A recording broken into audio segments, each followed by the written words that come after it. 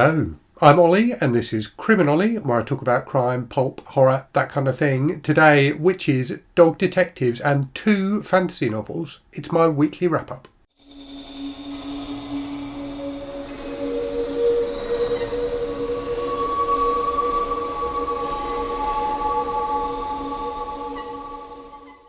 So yes, hard to believe from someone who claims not to like fantasy, but I read 2 fantasy books this week and I really enjoyed both of them.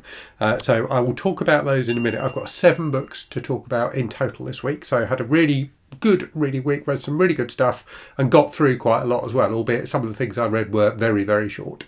So yeah, 7 books read, which takes me to 34 books on my second Read What You Own challenge. So over a third of the way there now.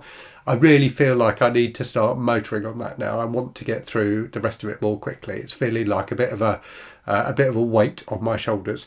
So I'm going to try and read some shorter, quicker stuff, and also read less books that don't count towards the challenge. So at least 2 of the books I'm going to talk about today don't count towards that total of 34 because they're things I got very recently. Anyway, I will talk about the books I've read, and then as usual I will very quickly talk about what's been on the channel and what's coming up on the channel. So I'll try and do these in the order that I read them, and all of these books are counted towards my score for Old School April. So Old School April being the nostalgic reading event run by Kelsey from Simon Slashers, where you're in a team. I'm in the Purple Parrots, and you read books and watch movies and things like that, and get points for those. So the scope of Old School April is really broad, but I've definitely read some things this week that count as kind of nostalgic for me. The first of those is a book I was reading when I filmed this last week, which is If Chins Could Kill by Bruce Campbell. So as I said last week, I was a huge fan of the Evil Dead movies back in my teens, and indeed still am. Bruce Campbell obviously came to fame in the first of those, Evil Dead. This was just a fun memoir. So his reflections on being a B-movie actor, struggling to make money in the movie business, and also and I didn't realise how much time he'd spent on the other side of the camera. So, he's directed a load of different episodes of TV shows that he was involved in, and, like being executive producer and things like that. So that side of it, really, really interesting. And he just comes across as a nice guy. So it's just an amusing book, full of interesting anecdotes, full of great pictures and things like that. If you're a fan of his, definitely worth a read. It was written, so it was published in 2001. So I think he's subsequently written more memoirs, at least one more volume of memoirs. But a lot of his success in terms of like being financially stable, I guess. So having long running gigs came after this book. So one of those series he was involved in being Burnt Notice, which ran for I think 8 or 9 seasons. So it's interesting, and it was nice reflecting on that as I was reading it, because there's quite a few bits where he complains about struggling to find work and basically not exactly living hand to mouth, but not having as much money as he would like, not having as comfortable a life as he would like. So it's nice to know that he did then get long running success in a show like Burnt Notice. So yeah, just a fun, interesting book. If you're a Bruce Campbell fan, definitely recommend it.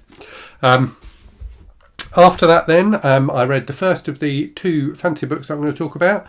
So that was The Shadow Glass by Josh Winning. So this was sent to me ages ago by one of my viewers, Mariah. So thanks again for sending this, Mariah, if you're watching.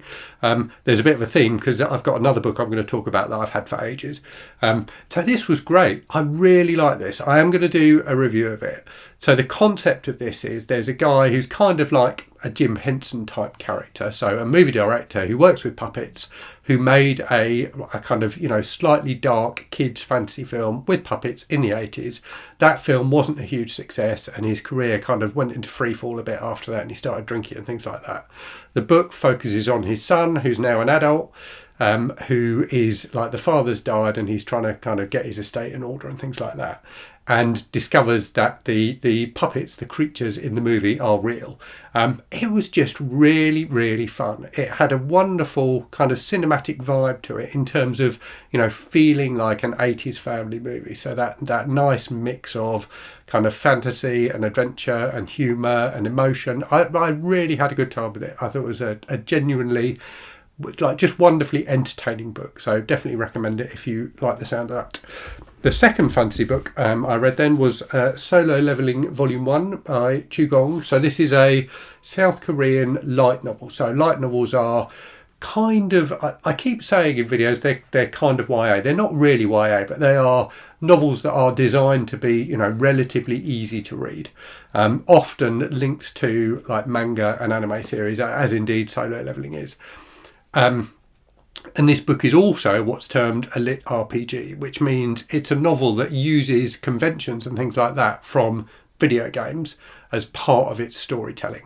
And it's kind of difficult to explain, but basically the main character in this, when he, when he completes tasks, when he defeats monsters and things like that, gets experience points which he can then use to increase his attributes, and that, you know, has a literal effect on, like, for example, his strength, which is one of the ones he spends a lot of time increasing. And the book is about him trying to level up and become more powerful. So it's kind of a weird concept, but it really worked. It was really quite entertaining. The kind of backstory, if you like, to this is that in Korea there are like these gates that have opened up, and there are like dungeons beyond the gates, and people, hunters, and the main character is one of these hunters, go into those, go through those gates and like battle monsters on the other side. And he's a really low ranking hunter. He's like the worst hunter. He's like an E-level hunter.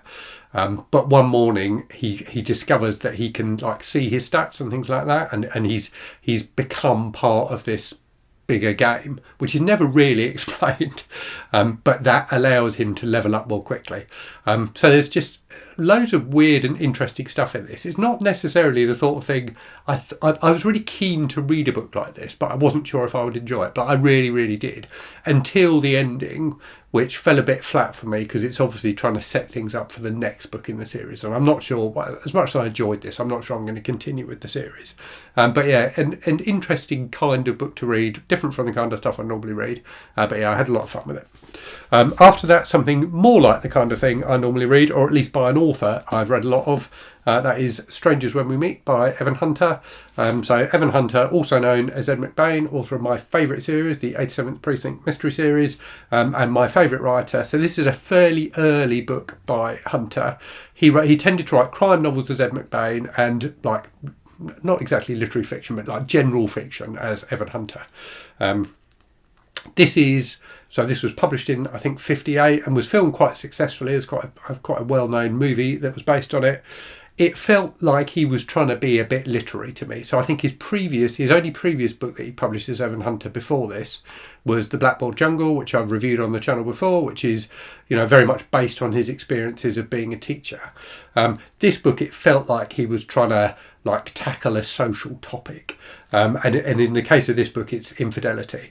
So this is a book about a guy who so he's married, he's got kids, he meets this kind of woman in the neighbourhood, and they start having an affair. And it's about the impact of that on both of their lives, and on like a number of different people in their lives. So not just them, but their spouses. There's a guy, so the main character is an architect. He's building a house for a writer. So that that's another big character in the book. And there are a number of characters just in the neighbourhood generally who become quite important characters in the book as well. And that's one of the things I thought was really good about it, the way Hunter shows you this whole community. And even, some of the characters, you don't play a huge part in the book. They all add something to the overall story and the overall message. So whilst it's definitely not my favourite book by McBain Hunter, I did think it was good. It was very readable. It hasn't got like a strong plot necessarily, but the story, kept you interested. I loved the ending. It had some really good dialogue, some really good character work. So yeah, I thought it was definitely a solid 4-star read for me. But yeah, not my favourite book by him. After that, I read something wildly different. I received this in the post this week from the publisher with some other stuff, and it just looks so cute. I couldn't resist reading it. So it is Canine Detective Chris, Book 1, The Shibu Inu Detective Tracks Down the Stolen Jewels, which is by Tomoko Tabe, with illustrations by Kiji. So this is a Japanese middle grade like mystery novel. And it was very silly, but it was a lot of fun. So Canine Detective Chris is short for Christie, so he's named after Agatha Christie, is a police dog who gets retired from being a police dog, partly because he's terrified of insects, and gets like given to this young boy who hangs around with this young girl, and they solve mysteries together, basically. So it was very, very cutesy. The mystery they solve in this one is the like the burglary of a local jewellery store, and it was just silly, light, fun. You know, I read it in a couple of hours, and it kept me entertained, kept me smiling. After that, I read the second book this week that I've had for ages. So this is a book called Neon Jezebel by an author called Zachary Westbrook. Now, Zachary Westbrook sent me a digital e-arc of this book like months and months and months ago. And I'm probably going to do a video where I talk a bit about this, but I'm terrible at like when people approach me and say, "Would you like to read my book and review it?" I say, "Yeah, I'd love to, but I can't give you any guarantees about how quickly I'm going to get to it because I'm just rubbish at it." So I've had this for months and months and months. I tried to find the original email from Zachary Westbrook to say, "Hey, I'm reading your book and I'm really enjoying it," but I couldn't find it. When I looked on Amazon, it appears that this book is available in paperback in the UK, but not published in the US until October. And then it looks like it's only being published in paperback. So I'm not sure if there's going to be a Kindle edition or not. But it was really, really fun. So it's set in the kind of 1910s and 1920s, and it's very much a kind of throwback to kind of pulpy adventure type stuff. So it centres around this character who's like a millionaire playboy type character. But the backstory, his kind of backstory is he's got this power called the Voice, which means he can like kind of hypnotise and persuade people to do things. I think he's kind of inspired by the character of the Shadow, and indeed shares one of the Shadow's names, Cranston. So he's fought in the First World War and been like used his powers in the First World War, and there's some flashback stuff which was quite cool. But the bulk of the story is about him. And like his family business, so the family have got this like this big company, and he's kind of part of that. But also revolves around this woman who's got kind of weird powers and things like that. There's this concept, like with the Chugong book, there's this concept of gates. So there's these gates that open up every so often, and if you go too close to them, you get kind of infected, and the impact of that is kind of a bit like shell shock. But this woman has discovered ways to counter that. But she's opposed by this big religious organisation. So there's all sorts of stuff going on in this book. It was quite spicy at times. It had a load of action, had a decent plot, had really good characters, some great dialogue. I just had a really, really good time with it. So yeah, Zachary Westbrook, if you're watching, I finally read your book and I thought it was really good. So do check it out, particularly if you're in the UK. Have a look on Amazon, you should be able to find a copy. So that was the 6th book I read this week. The final thing I read, which I read this morning, so I picked it up this morning. It's such a short book. I just flew through it. That was book 6 in the Witches series by James Darke, The Killing. So in this one, so I've been reading these for a while. You may have seen me feature them on the channel before. So in this one, the hero has gone back to England. So in the previous couple of books, he's in the States. He's gone back to England, and he is still pursuing this evil witchfinder who has like kidnapped his beloved. And this was much like the other books in the series, really fun, some like over the top violence, an absolutely hilarious scene where the hero, who's this kind of swashbuckling guy, gets seduced by this noblewoman who is far more sexually experienced than he is, and he's appalled at the things she makes him do, which was very, very funny. So yeah, it was just a fun, trashy read. I really, really enjoyed it. So that's what I have read. I think what I'm going to read next is another book in the Witches series. There's 2 more books to go. I think I'm just going to bash through those this weekend. I'm really looking forward to seeing how the series wraps up. So yeah, I think that's what I'll be reading next. Anyway, in terms of channel stuff then, so in the last week you've had my review of The Ritual by Adam Neville, which is a book I really, really enjoyed.